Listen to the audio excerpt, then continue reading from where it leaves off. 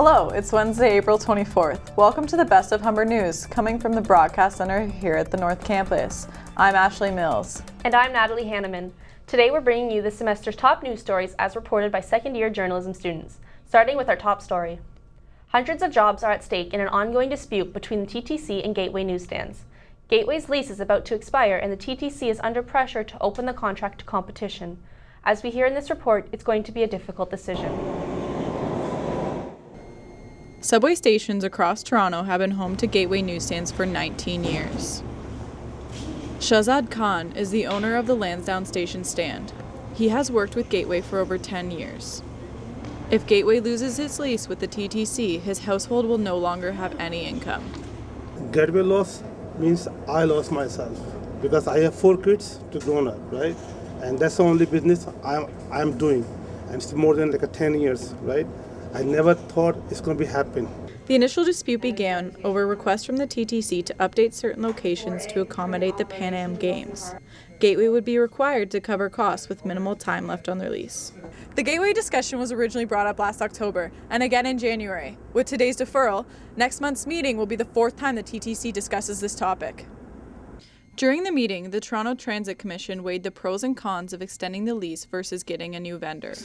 Our greatest fear is that another person who doesn't understand the revenue model comes forward with a bid which is untenable. The Commission heard from not only Gateway management, but individual pleas from newsstand owners and vendors. Gateway is my only source of my income. I would like to ask you on behalf of myself and many of the Gateway operators who depend on Gateway for their income to maintain and renew your contract with Gateway Newstands. After many hours of deliberation, the council took a vote and based on all of the new information, decided on a deferral. Okay, that carries. Executive Vice President of Gateway, Noah Aychental, is confident the TTC will make the right decision. I believe that at next month's meeting, after the deferral to examine all the information, the TTC will make the right decision.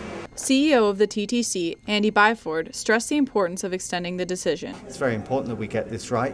A, because we are talking about taxpayers' money in terms of revenues that will come in, and B, because we want to be fair and we need to be seen to be fair. So I certainly welcome the extra time. I'm going to be personally looking into this. Some current stations with Gateway Newstand include Keele, Islington, and Kipling.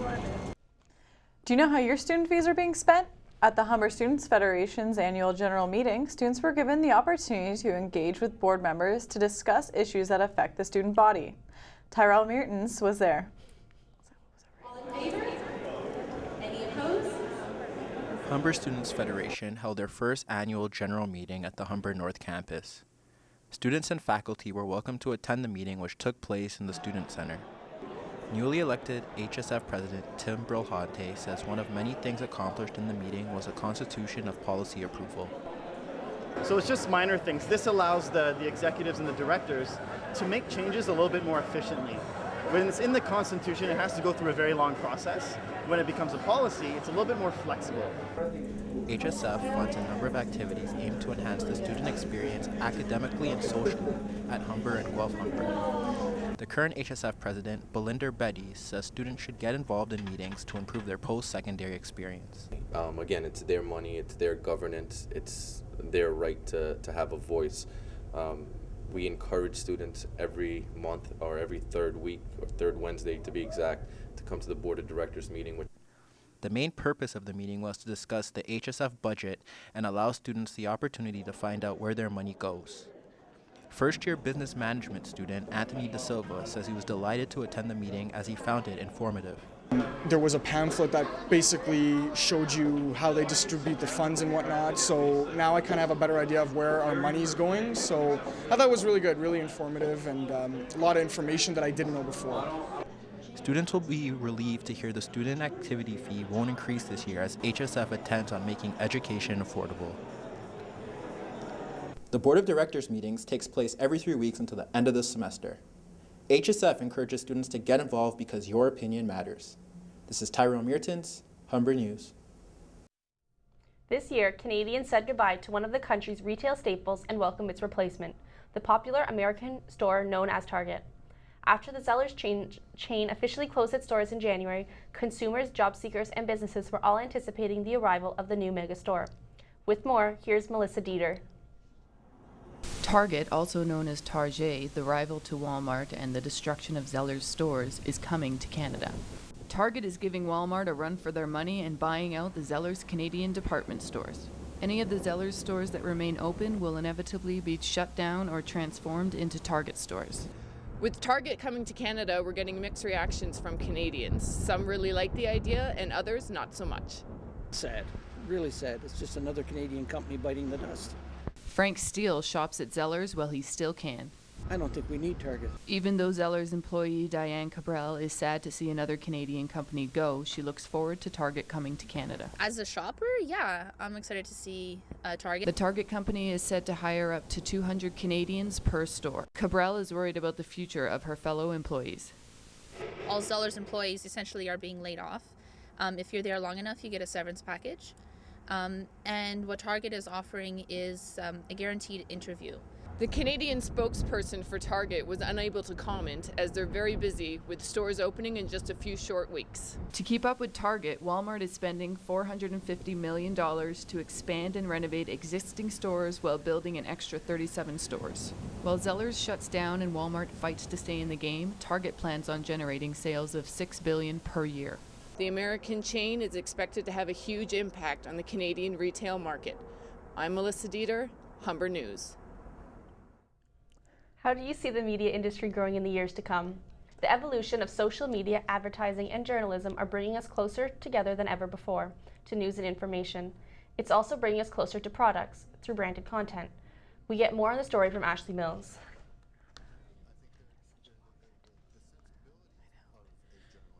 Future of Media welcomes 4 prominent speakers from different levels of the business to give their expertise on the topic of branded content.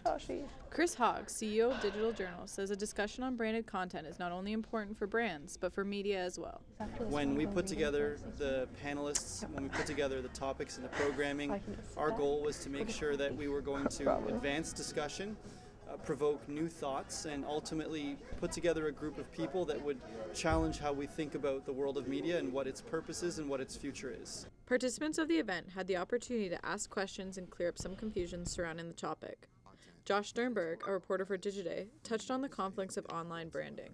Online, though, that's kind of where I think where people are starting to get a little confused, because you have a site like BuzzFeed, which is, they do all of these great, wonderful lists, things that make people laugh, and then they sneak in an article that's really a piece of branded content. And I think that's where people start to, their bullshit detector comes up a little bit, and it's like, well, I just saw 4 articles that like this. Now I'm seeing a branded article about this. How do I know what's brand content and what's not? Audience members were encouraged to live tweet questions and comments throughout the discussion with the hashtag FOM2013. The discussion also included advice for people on either side of the spectrum. Sabaa, Chief Marketing Officer at Digital Journal, offered an inside look at the branding process. That is essentially what brands now need to do. As there's a constant flow of content, we have an analyst sitting beside a managing editor, and the analyst is feeding an insight. The managing editor is saying, what are we going to do with what we just learned? That's an example of a continuous marketing process. I don't think it's going away because the channels aren't going to go away. He also explained the new structure that the media field has to deal with. 25 years ago, there might have been 4 channels that you have to deal with. Television, print, it was just very limited. And then if you look at the proliferation of channels over that 25-year period, all of a sudden brands find themselves having to be present in maybe 15, 20, 30 environments. So that already causes their first stress in terms of how do we even possibly manage to create content.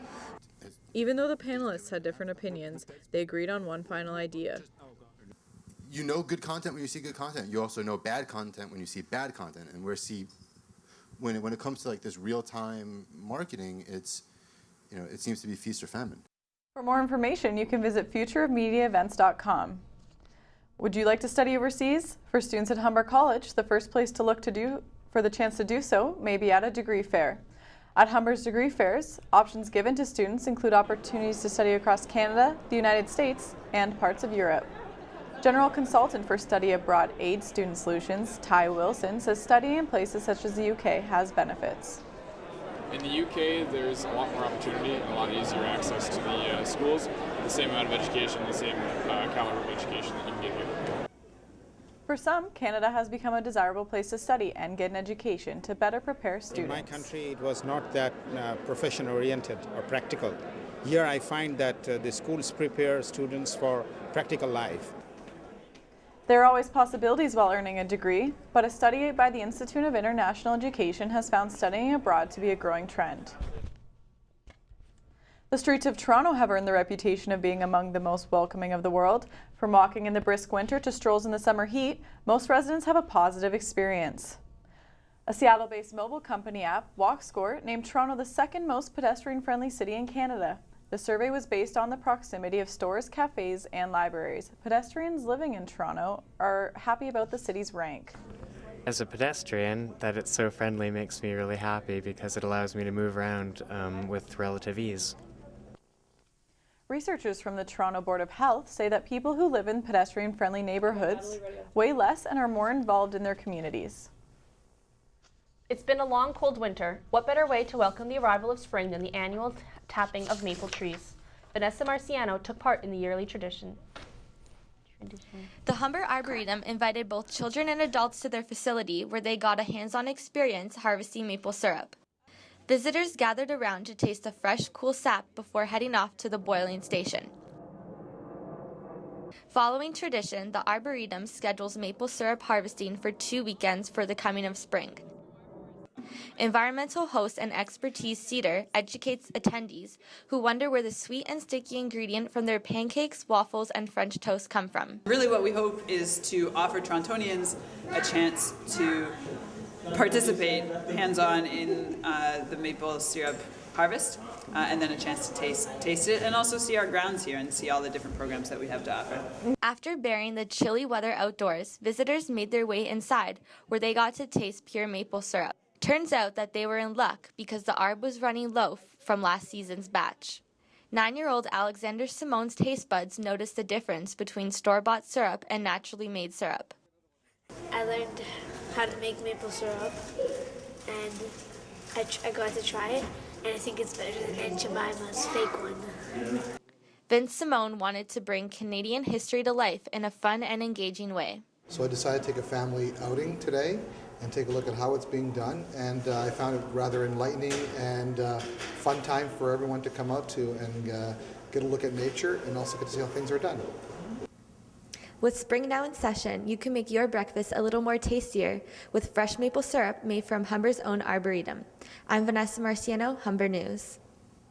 Toronto bike enthusiasts got an early taste of spring at the Toronto International Bicycle Show as vendors showed off new gear from the coming season. Avid bicyclists and first-time bike buyers had the opportunity to choose from hundreds of products. More from our own Natalie Hanneman. After a weekend of excitement, the 14th biannual Toronto International Bicycle Show has wrapped up. There was something for everyone at the bike show with over 100 vendors selling equipment, apparel, and performance supplements. Bicycles were available in all shapes and sizes, including a fold-up bike that's perfect for all your camping and traveling needs. Charles Wang, sales manager at Solo Rock, attended the bike show with his store this year for the first time. This is the first time we're here, and we think this bike show is a great show, and it's good for the business, and it's good for our customers as well, so that they know there's a great product here, and for them to carry. Yeah. Exhibitors weren't just showing off their hard goods, but their soft goods as well. Companies like Sporting Life, Trek, and Garneau brought racks of regular price and discounted apparel. There's entertainment around the building, including the BMX Jam, the Toronto Mountain Bike Championships, and bike polo. For consumers who are worried about buying a bike on the spot, the show has set up a test track so they can try out the bike before they take it home. Exhibitors are able to bring customers over to the test track and show them the different qualities each bike possesses. The track can be specifically helpful for first-time bike buyers like Candace Davies. It's my first time buying a bike, so it's good to get out and try and take a test ride of it, see how it goes. Bicycle companies use the biannual show as an opportunity to promote their products and services and acquire new customers. Jordan Warmington, manager at Cycle Motive, said his store sells off old inventory during the bicycle show.